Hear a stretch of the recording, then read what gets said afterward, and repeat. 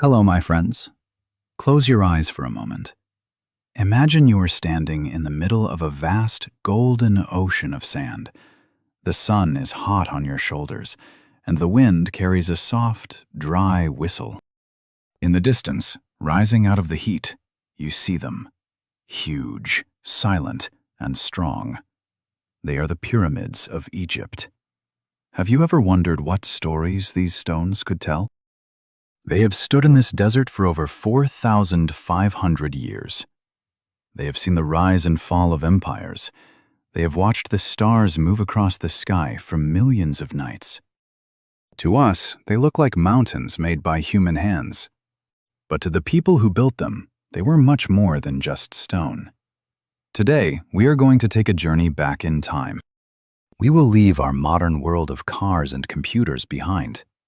We will travel to a time when the Nile River was the heart of the world. It was a time of powerful kings, brilliant builders, and a deep belief in the magic of life after death. The pyramids are one of the greatest mysteries in human history. How did people build such giant structures without modern machines? Why did they work so hard under the hot sun? And what lies hidden deep inside those dark, narrow passages? As we walk through the sands together, let's listen to the whispers of the past. Let's try to understand the people who lived so long ago. Their dreams were not so different from ours. They wanted to be remembered. They wanted to find a way to live forever. So, come with me. Let us step into the shadows of the giants and discover the story of the ancient Egyptian pyramids. To understand the pyramids, we must understand how the ancient Egyptians saw the world. For them, life on Earth was only the beginning. They believed that when a person died, their spirit, which they called the Ka, continued to live. But the Ka needed a place to stay. It needed a home that would last forever. Imagine if you were a pharaoh, a king of Egypt. In those days, the pharaoh was not just a leader. People believed the pharaoh was a god on earth. He was the bridge between the people and the heavens.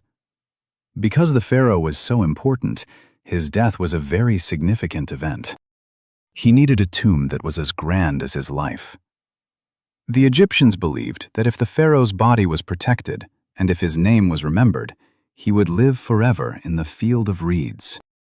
This was their version of paradise. To get there, the king needed a stargate, or a ladder to the sky. This is what the pyramid represented. Its shape, reaching up to the sun, was like a ramp for the king's soul. Building a pyramid was a way for the whole country to honor their god-king. It was a giant project that brought everyone together. They used stone because stone is permanent. Wood rots and mud bricks crumble, but stone lasts for eternity. They wanted to build houses of eternity. Do you think you would want to live forever? For the Egyptians, the answer was a clear yes. They did not fear death as an end. Instead, they saw it as a journey to a beautiful new world. The pyramids were the starting point for that great journey. They were built to make sure the king and the land of Egypt would never be forgotten. Long before the famous smooth pyramids were built, tombs looked very different. They were flat, rectangular buildings made of mud bricks. These were called mastabas. They were simple and sat low to the ground. But one king, a man named Djoser, wanted something better. He wanted something that touched the clouds. King Djoser had a very smart advisor named Imhotep. Imhotep was a doctor, a writer, and a builder. He had a brilliant new idea. Instead of building just one flat tomb, why not stack them? He decided to build one mastaba, then a smaller one on top, and another on top of that. When he was finished, it looked like a giant set of stairs leading to heaven. This was the step pyramid of Saqqara. It was the first large building in the world made entirely of stone. Imagine the people's faces when they saw it. They had never seen anything so tall or so strong. It changed everything. Imhotep became a legend for this invention. He showed the Egyptians that they could build with heavy stone if they were organized and creative. This first pyramid was like a laboratory.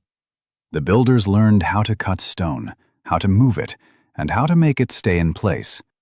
It was the grandmother of all the pyramids that came later. Have you ever tried to build something new that no one had done before? It takes courage to be the first. King Djoser and Imhotep had that courage. Because of their step pyramid, the kings who came after them began to dream even bigger. They wanted their tombs to be even taller and the sides to be perfectly smooth. The race to the stars had begun. As the years went by, the pyramids grew larger and more perfect. This brings us to the most famous place in Egypt, the Giza Plateau. Here, the desert meets the sky, and 3 massive pyramids stand in a row. These were built for 3 kings, Khufu, Khafra, and Menkaura. The largest of them all is the Great Pyramid of Khufu. For thousands of years, it was the tallest building on Earth. It is made of over 2 million blocks of stone. Each block is very heavy, some weigh as much as an elephant. When it was first finished, it was covered in white limestone. It would have shined like a diamond under the Egyptian sun. Next to it is the pyramid of his son, Khafra. It looks even taller because it sits on higher ground. Guarding these tombs is the Great Sphinx, a giant statue with the body of a lion and the head of a king. It is like a silent guard, watching the horizon and protecting the secrets of the kings. Can you imagine the scale of these buildings? If you walked around the base of the Great Pyramid, you would walk almost a kilometer. The precision is also amazing. The 4 sides of the pyramid point almost perfectly to north, south, east, and west. The builders did not have GPS or modern tools, yet they were more accurate than many builders today. These pyramids represent the golden age of Egypt. It was a time of great wealth and power. But they were not just symbols of power. They were symbols of what humans can achieve when they work together toward a single goal. Even today, standing in their shadow makes you feel very small, yet very proud of what people can do. Now we come to the question everyone asks: how? How did ancient people move these giant stones? They did not have trucks. They did not have cranes. They did not even have iron tools or the wheel.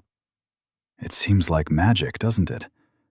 But the truth is even more impressive than magic.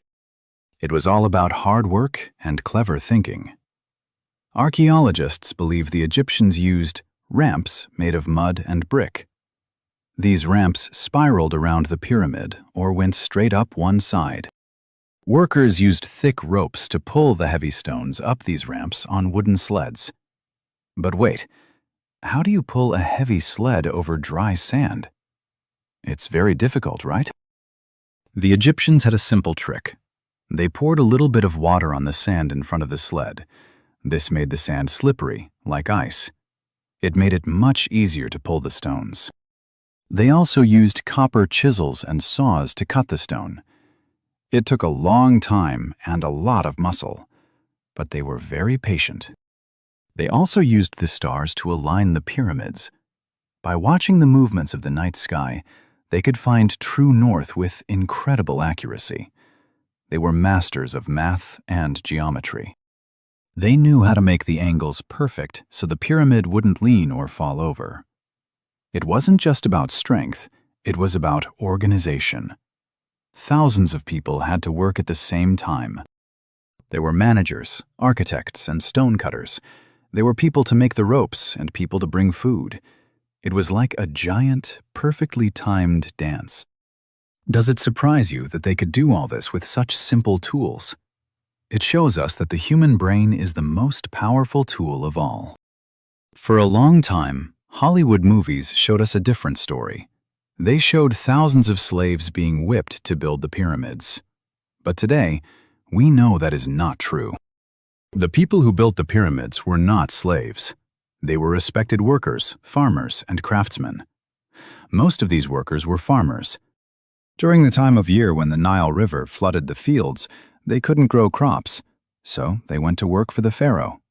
In return for their work, the king gave them food, clothes, and a place to live. It was like a national service. They were proud to help build the eternal home of their god-king. Archaeologists have found the remains of the builders' village near Giza. They found bakeries that could make thousands of loaves of bread every day. They found evidence that the workers ate good meat and drank plenty of beer. They even found medical records showing that workers received surgery and care if they were hurt on the job. These workers lived together with their families. They were craftsmen who took great pride in their skill. We can see their names written in graffiti on some of the stones inside the pyramids. They called themselves the Friends of Khufu, or the Drunkards of Menkaure. They had a sense of humor and a sense of community. When we look at the pyramids, we shouldn't just think of the kings. We should think of the thousands of ordinary people, people like you and me, who spent their lives moving those stones. Their hands touched every inch of that rock. The pyramids are a monument to the common worker just as much as they are a monument to the pharaoh. What is it like inside a pyramid? If you were to walk inside today, you would find it very different from the outside. It is dark, cool, and very quiet. The air feels heavy with age.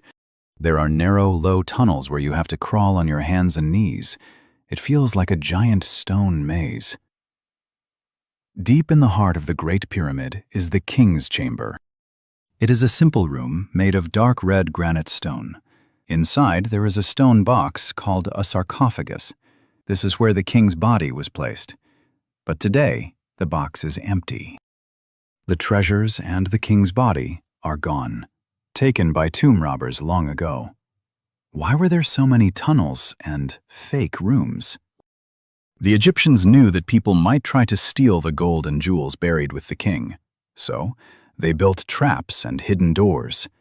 Some rooms were there just to confuse thieves. They wanted the king to rest in total peace and silence forever. The walls of some later pyramids were covered in beautiful writing called hieroglyphics. These were pyramid texts, magic spells and prayers to help the king find his way through the underworld. They described how the king would turn into a star or sail across the sky with the sun god Ra. Some people believe in mummies' curses, but that is mostly just stories from movies. The real treasure of the pyramids isn't gold or magic spells. The real treasure is the information they give us about the past. Every stone and every drawing tells us a story about what the Egyptians loved, what they feared, and what they hoped for. The pyramids have been standing for a very, very long time. Think about this. When Cleopatra was queen of Egypt, the pyramids were already 2,000 years old. They were ancient even to the ancient people. Today, they are the only wonder of the ancient world that is still standing. Time has changed them, of course. In the past, they were covered in smooth white limestone that reflected the light. People later took that limestone to build houses and mosques in the city of Cairo. That is why the pyramids look a bit rough today. They used to have golden caps on the very top, but those were stolen too.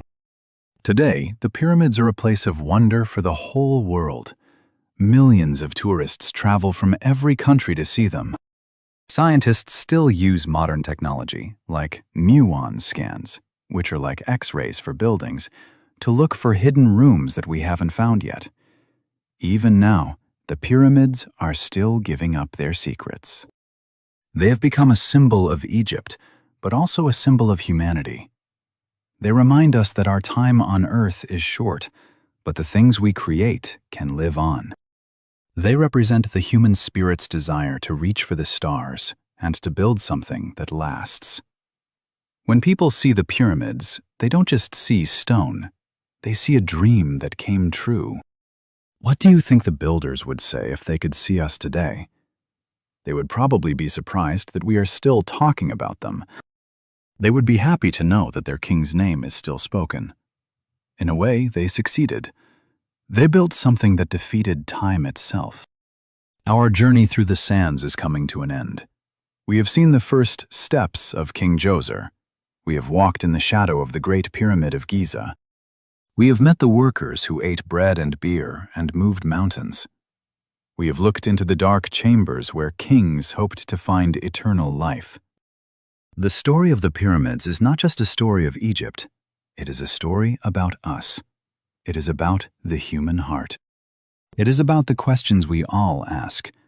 Where do we go when we die? How will we be remembered? Can we do something truly great if we work together? The Egyptians answered these questions with stone and sweat. Standing before these giants at sunset, as the sky turns purple and orange, you feel a deep sense of peace. The world is very old, and we are only a small part of it. But like the builders of the pyramids, we have the power to create beauty and to dream of the future. The pyramids are a bridge.